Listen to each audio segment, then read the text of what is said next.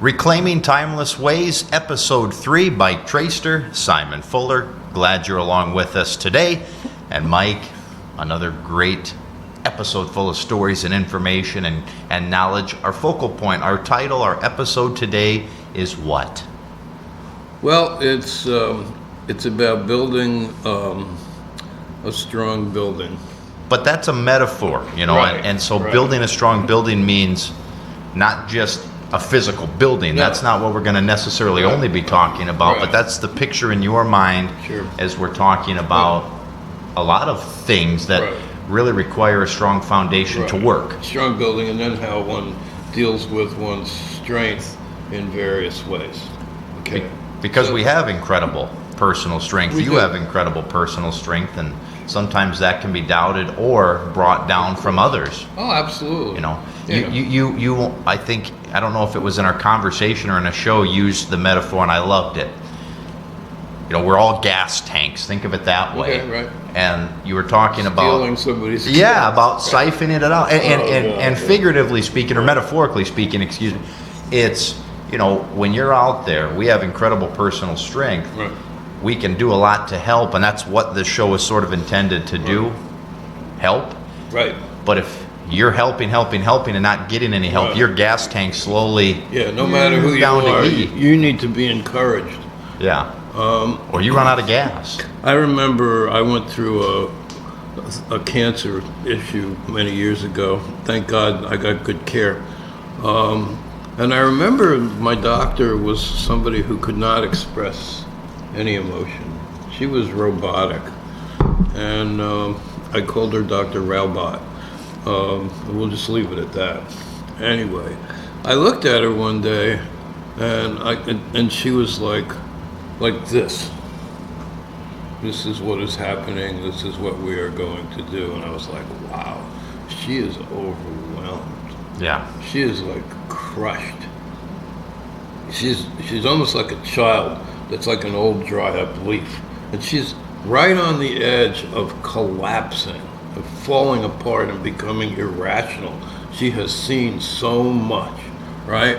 And I looked at her and I said to myself, I need to bridge this gap and show her that she's not alone. Yeah. Right? And I said to her, you know, I noticed something, your job is a very difficult job. And she went, and because she could see that she wasn't invisible. Right. And I said, it must be very difficult. It has to be very difficult to see so much suffering Yeah. and figure out a way to deal with that. You know, and I understand that you have to be careful with your feelings. Paraphrasing, but that's basically what I said to her. And I wanted her to understand that I could see her, you know, that in some ways her robot-likeness was bothersome to me, but also that I felt some compassion for her because she was overloaded. Yeah. You know, she was a 1-ton truck carrying 10 tons of stuff. Yeah. And you can't do that. Right. You know? So, I mean, she was like, you know, like almost like her eyes were opening up. Like, am I in danger? Or is this good or is this bad? Nobody's ever demonstrated they could see inside of me. I thought I was the invisible ninja, you know? Right. And of course, she's not. She's suffering. Well, You from know? the perspective of a perfect stranger, which in a sense in the beginning you were, and Right. most patients are in the beginning. Absolutely. You see a medical doctor, Right. you know, great prestige with that, a lot of schooling, education, solid, got it together, Right, but the pyramid. absolutely. Immovable. Right. Right. But she's human just like you and I. Absolutely. Absolutely. And I heard a story that she was kind of overloaded. I think she partly retired and she had a serious illness with somebody close to her and her family. So she was, you know, going through difficult times because she's alive. Right. And that's the thing. It's like, you know, you walk down the road and sooner or later somebody's going to drop something out of a window and some of it's going to hit you, you know. So one of the metaphors that I had shared with you was the metaphor of the boat. Right. And so when I was a kid, we went up to Rudd Pond, which is somewhere up in New York State or New England, I don't remember. And my dad put us in this big, heavy wooden rowboat and rowed us around the pond. It was a mile or two around, as I recall. It seemed much bigger because I was little. But I remember the planks on the boat were very thick. The boat must have weighed at least 400 or 500 pounds. But from the dock, just as a little 6, 7, 8-year-old kid, I could push that boat very easily. And I was amazed, oh, I'm strong to push this boat, right? So, so you start thinking, well, what else can I do? So, a couple of years later, I was in Florida and there was a little outboard boat, which probably weighed less than that. And you could push it with one finger. It was maybe 300-400 pounds. But there's no resistance to speak of in the water. And some years later, I was on I think it was I don't remember if it was inboard or outboard, probably a 21, 22-foot boat in the Long Island Sound. And again, you could move it pretty easily. And some years after that, I remember walking up to a fishing boat, and it was probably a 50, 60-foot steel boat, couldn't budge it. And I was shocked. I was, 10 times as strong as when I was 8. Right. And I was like, oh, my limit. Wow. It was a massive, massive boat. It was like right on the edge of boat and ship. Right. And I was like, ooh, me not so strong after all. And then it was somewhere around that time, I had seen some other large ships, and they were just like, it was like 100-foot thick wall of cement. You don't budge it. Right. It's just, so the question is, if my power is limited, does that mean I can do nothing? Or can I do something and inspire somebody else to do something in some way and multiply my power that way, And sort of that captures the essence of this show It does. in many ways. Yeah. I mean, you've got stories and information. You've had experiences, some tough ones in your life, and that's where most of this comes from, either personally or that you view Absolutely. personally. Right. And the goal is to help give you some tools. You'll reference the toolbox and the tool chest often throughout these series, Yeah. and the goal is to share those tools with others. And now you've got 3 people, and they give a tool to a couple people, and before Right. you know it, you've got a whole army of people with tools Right. helping reclaim the timeless ways, so to speak. But Mike, that step can be tough. I think you're sitting there now, taking that ship analogy back to you sitting in front of your doctor who is dealing with you as a cancer patient and many others, and seeing a lot and feeling a lot. You were able to notice a gal who was wounded inside. And I think most of us have enough ability to notice when something's off, a little Right. not right. But that next step can be scary, maybe uncomfortable, Right. maybe what do I do? Right. And you're obviously a very good communicator with that. Tell me, I guess if you were to give me a tool, maybe what is the first step? What's the first thing you oftentimes have said in the past to sort of broach the topic that maybe you feel is unbroachable, or you feel like that's your limit? Well, you're looking at somebody's face or their body, right? And you're put off. You want to go like that and step back, Right. because there's a message that they're given. This isn't like a formula that I thought about ever, right? I'm just picturing a scenario as you're speaking, and I'm saying, okay, what am I reacting to? And like one of the things you'll see is somebody going like this. It's like, no. They're saying, no, leave me alone, right? Right. That mouth pursed up, right? Or you see somebody start doing this. Their eyes start blinking. They're like trying to cancel. So they don't want to see what's going on. So their eyes are blinking like they're full of dirt, Right. Or the the dismissive hello, go away. Or the Right. body just gets very rigid, or they start looking at their watch. Right. Right. These are all go away like Signs, right. Body language. Very, Yeah. of one sort or another, or their voice gets very, very tinny and nasal, you know, Yeah. or they stand up very tall and they start booming their voice, you know, like they're the ultimate authority. They want you to go away, or they'll quote some obscure crap to you to make you feel small again, to shut you And up. most of the time, though, Mike, that works. I mean, It does. I'm gonna say, well, Okay. okay. Go away. Right. Screw Right. off. Yeah. Okay. I'm gonna go away, Right. but that's usually a time when they need you the most. Yeah. They know it. Yeah. Their wall gets thrown up. That's just a form Oh, of yeah. throwing up the wall. Right. How do you take a little chip out of that? Going back to the boat, give it a little nudge. Right. What do you do, Mike? Or what is a good start? And I don't know if there's a perfect answer or one answer exclusively, but Right. is it just how are you doing today? No, Is it because is it- the answer to that is always fine, which Right. means go away. Right. Right. So then what? So you gave them permission to end the conversation. Sure, When you sure. say that, it's like, I really want to go away, so I'm going to say, how you doing? Fine. Good. See ya. Right. maybe talking about yourself and a vulnerability of your Oh own? yeah, yeah. Like, you know, I noticed are you having some back pain?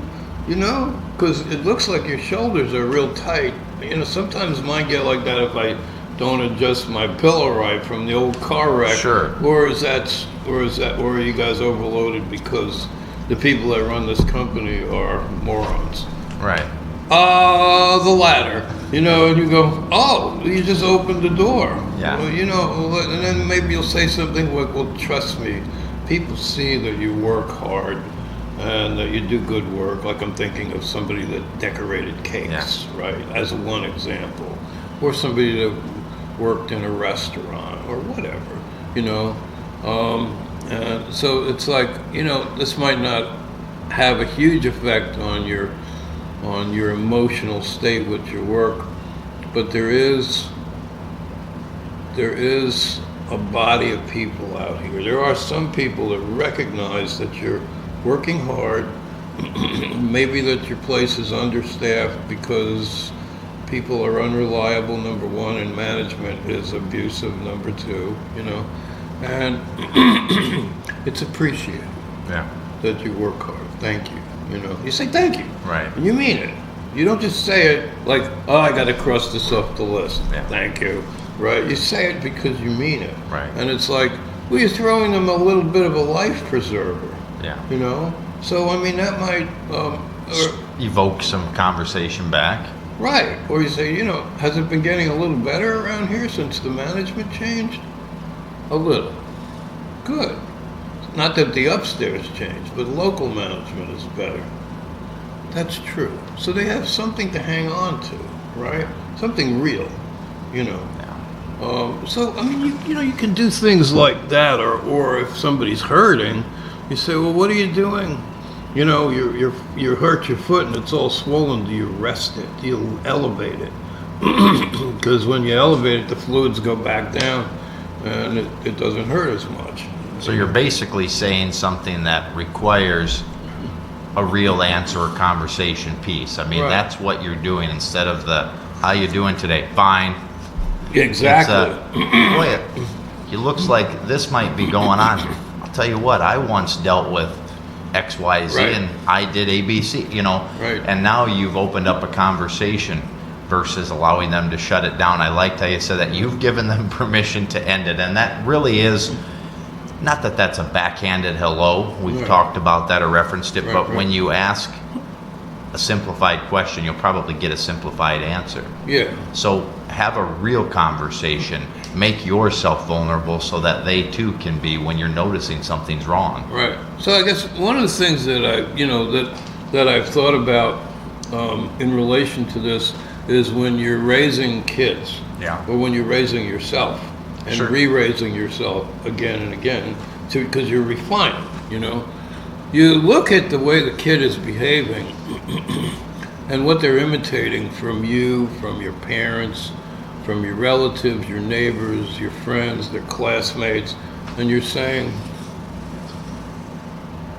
if all of this is culture, all these behavioral and thought and attitude habits are culture, how much of it is honest and how much of it is healthy? Right. and how much of it is garbage or worse. And if I don't speak about it with them, even include myself in it, right? I imitated that same thing from grandma or grandpa or Uncle Harry or whoever. And one day I realized I don't like when they do it, and I learned the same thing. And I started to make a point of noticing it and stopping myself, like exaggerating. It's like, what's the difference between an exaggeration and a lie?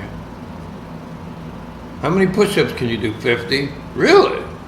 Well, 44. That's not 50. Right. Why did you lie? I didn't lie, I exaggerated. Oh, is there a difference? Right. Oh yeah, that's another lie. How many? You got to have a really good memory if you're a liar. Right. And you got to cover every lie with another lie, and it's exhausting. Yeah. Right. So how many push-ups can you do? 20? No, not 20. 19. You correct yourself right at that moment. Right. So that's a perfect example of a piece of culture that needs to be brought outside and dropped in the dumpster, Sure. because it's no good. If I do it, my kids are going to do it. They're going to inflate themselves. Instead of working up to 20, they're going to do 18 and call it 20. Yeah. What's good about that? Right. So learning, and it's like people go, well, that's going to be expensive. You're not going to fit in, and how are you going to? And that's we talked about that, about the more debt you have, the less you can afford to challenge things that are wrong, seriously Sure. wrong, right? Like in my field, which was nursing, when I saw some patient being absolutely hosed with wrong treatment or whatever, I could afford to challenge that. I could afford to need a new job. It wasn't easy or comfortable, but I could do it because I didn't have massive payments crushing me. Thoreau talked about the wealthy farmer bent over, crushed under the weight of his possessions. Now, I'm not particularly a Thoreau fan, because among other things, his aunt paid his tax bill, which most people don't know. Yeah. So he was a good philosopher, but he was also, she got him off the hook. Sure. Right? But I think a lot of what he had to say made some sense. It is true. If you're not worried about all these other things, in fact, there was a relationship that sort of had that same essence to the whole debt, and it was not just financial, but it was all tied back to that. Right. Oh gosh, if I leave, Right. I've got this, and this that are all still tied to that, Right. payment wise, and or that I've accumulated, and now I've got to start over. So Right. I'll stay in this bad situation because of all of those financial ties. And boy, is that right? I mean, I'm not the judge and the jury, but No. that doesn't sound No. like a good situation. Right. And it all did sort of stem back to, I've got this, and this payment. We need both Right. incomes. I Right. can't Right. yet take out some more payments. I'm in a pinch. I'm gonna just have to suck it up, go with the flow, and Yeah. And it's not about things being perfect. It's Sure. about them being Right. decent, functional, Right. fair, and being able to talk about it, not Yeah. have somebody flip out. Like you say, we got to talk about how we spend money, how I spend money, and how you spend money. Why? And you know what's coming next. It's the always and the never, and the Yeah. accusations, and the changing of the subject, and then the kind of the crown jewel is that person's emotions become the centerpiece instead of the truth. Yeah. What are you doing? Or you drink 8 drinks a day instead of 3 a week. I need to. Need. See, that's that handout. Need to. That's a shut up, right? Mm-hmm. But it's like that would be one of those pillars in a relationship. So the house relationship is a structure, Right. So that person is destroying everything when they're a money drunk or a booze drunk or a druggie you know, or they're gambling, or they're buying things for status. I literally remember knowing somebody too well years ago who had a 20-plus foot long closet filled with clothes. I would say at least a quarter of them had never been removed from the plastic. And they were, I think for a period of 7 years, they were taking the tips at the end of the day from their job and going out to the store and buying a sweater because they need one or they want one. And it's like, you have 400 or 500 garments in that closet, you know, or thereabouts. Do you have any idea when you wore any of them? Right. Oh, I need that. It makes me feel good. Well, that's another wall. Makes me feel, that means you don't feel good, and then this emotion, the addictive emotion, is the centerpiece. Right. You know, and the facts get swept away. Right. You know, so anytime somebody will shove a bunch of emotion up down somebody's, and it's not like I have to do 10 minutes of exercise a day or I'll get sick. That might be true. Right? It's like, I have to buy a new sweater or I'll get depressed. No, you have to buy you think you have to buy a new sweater because that's how you programmed your feelings. But it's a feeling, but it's not a fact. Right. Right? And that's tyrannizing maybe everybody in the family, you know? Or it's destroying a corporation or whatever it is. You know, like these gorgeous microphones. You don't need new ones. Right. Right? They work. Oh, I've listened to the quality and it's like right there. Right. You know, could somebody that directs, you know, the Philadelphia Philharmonic sit there and put his ear up to a speaker and say, well, you could do better? Of course they could. Sure. But does that mean that you're not meeting more than meeting your needs? Right. No, it doesn't mean that at all. And it's just interesting because when you use the building as a picture, and I like pictures, that's how my brain works. So Yeah. I keep relating your stories back to this building, and Right. I imagine it. I'm imagining the stilt style. So it's on 4 Right. Okay. posts, if Right. you will, and I can have 3 really solid posts. Right. You know, maybe I'm a great father and religious and a hard worker, but then Right. that 4th post, I could be a gambler. Right. And that's all it takes to really crumble Right. what is a wonderful home, Yeah. figurative, or, you know, metaphorically speaking. Absolutely. And, Where is it going to go? right, Is it going to stay Is it going to stay supported on those 3? that one's going to collapse and over it goes. That's the whole. Right, It's a whole. Right. And all those posts are interdependent. right, You know, so that the 3 don't make up for the 1. right. You know, and it's like, well, they should. Yeah, don't these other 3 good things that I am make up for that one that's not so good in my world? for a while, Right, but no, right, no, they don't. You know, it's you know, it's like if you put a little extra paint on the underside of a car, won't that prevent the rust? Not if the sheet metal is turned in such a way Right. that it collects mud and it never gets cleaned out. Right. You know. You know, so if you think about that kind of that corrosive process, if you enable that corrosive process to take place, 2-word encyclopedia, it will. right. That's the beginning and the end of the book. Put it down, you just read it.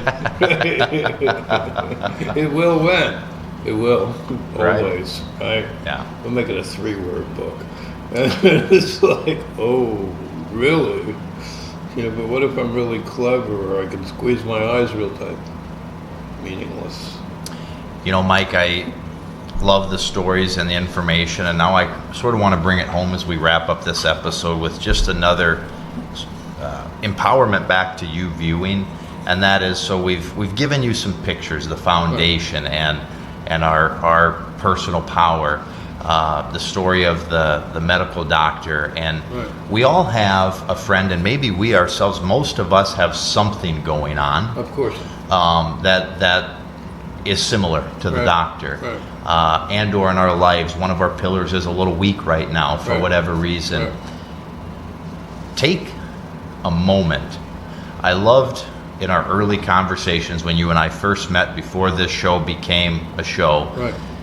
you said, because I use this in my business, I sell advertising, and oftentimes I talk to clients about return on investment. Sure.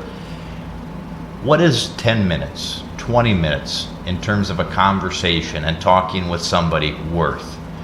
What is the return on investment? What have you given up? What have I given up? And that is sort of the message. What are you giving up to see somebody in passing at a grocery store, coffee shop, Right. church, work, and you see something's going on. You Right. can sense the body language as you Right. referenced earlier. Right. You know, what's that next step? What are you going to take? Are you going to say, I'm busy, I don't have time? Right. Hello, how you doing? The backhanded hello. Right. Or are you going to stop and pull up a chair Right. and maybe make an incredible impact on that person's life? Right. So if you're looking at it, if you're looking at it in a narrow view, you're looking at it as your inventory of money, stuff, and time, right? So you're saying, well, that's their problem. That's not part of my inventory, Right, right? right. But if I look at my inventory as this is somebody who has some value to me, so if I fast forward and say, well, what if they died in a week? How would I feel, even though there's 3 things about them that annoy me, right? I say, oh, that would be terrible.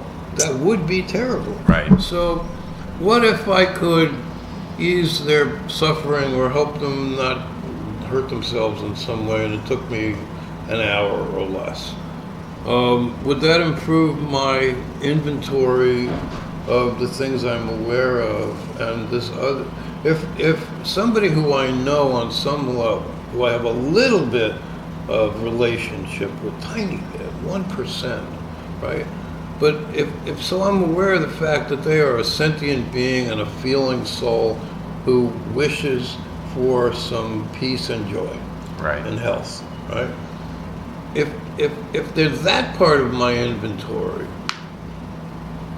why shouldn't I make a little investment? And then the bill. You give them a bill. You say, what do you mean you give them a bill? This is a funny bill. Say, look, this isn't going to cost you anything, but there's a price. Yeah. The price is when this works, and it should, right, to some degree. Now, at some point in time, share it with 10 other people. Right. Or 11, or 50. And share it in such a way that you inspire them to send them the same bill. Yeah. Why not? And it is a beautiful analogy, and I guess it hits so home to me because there are often times, Mike, Right. that you're going to do that. If you take that risk, because it Right. is sort of risky or uncomfortable sometimes Right, to right. approach. And you might not always know what return you No, got on that investment. no, And you don't know. that is maybe why when you're checking your lists there, Right. gosh, what is this really going to do, or how is it going to improve it, or what can I do? Where's my personal power? You've got very little to lose, a lot to gain, and that intangible. I talk about my career selling air. That's Uh-huh. what I sell on the You sell air, radio. right. And businesses often ask me, what is my return? What am I going to get for Right. this investment I made in air? And that's a real hard question to answer with 100% certainty. There are some certain things will happen. Somebody will hear it. Right. Some good things should come of it. Exactly how much money, don't exactly know. And that's why I love that picture, because the same is true when we talk about visiting with somebody else, digging in, giving an hour or less of your time. Right. You might not know fully what you've done for that individual that day. No. But they heard, something good came of it, Right. that you left it better than when you arrived. Even a civil confrontation with Right. somebody, if they do something that's demeaning to you or somebody else, you can say, when you address me that way, it doesn't come across as being friendly or fair, Right. and it feels bad. I would prefer that you not talk to me that way. Right. Talk to me this way. Give them an example. Right. Would you like? Because I know you wouldn't like it if I spoke that way to you, right? Maybe they won't look at you for 2 or 3 weeks or months, but that'll go away, and they might reevaluate. So one of the things I was hoping to do, we don't have to do it today, obviously, because we have time, is talk about what some of those pillars are, you know? And so we can save that, I think, for another time, but there's a... Sort of a to be continued, a two-part episode 3 and 4, or Mike? at least in part. Yeah, because there's a finite number of major pillars. I mean, Yeah. there's probably an infinite number of tiny ones, but the major ones, you Okay. know, like do I rest enough? Do I exercise enough or not too much? How's my diet? Do I treat people decently? Am I a money drunk, or am I careful with my money? You know, am I wishful or based in reality? Things like that. I think in a normal relationship or business, there's probably about a dozen or so. And like you were saying, if you leave one out or crush one, that's where the whole thing's going to fall apart. See, Mike isn't even meaning to be a marketer, but in the TV world or radio world, we call that a teaser. There's the next episode. So really appreciate it, Mike. Reclaiming Timeless Ways, episode 3 of many more to come. Really appreciate the conversation. We hope you do, and we really hope it means something to you and enhances your day, your world in a positive way. Have a wonderful day.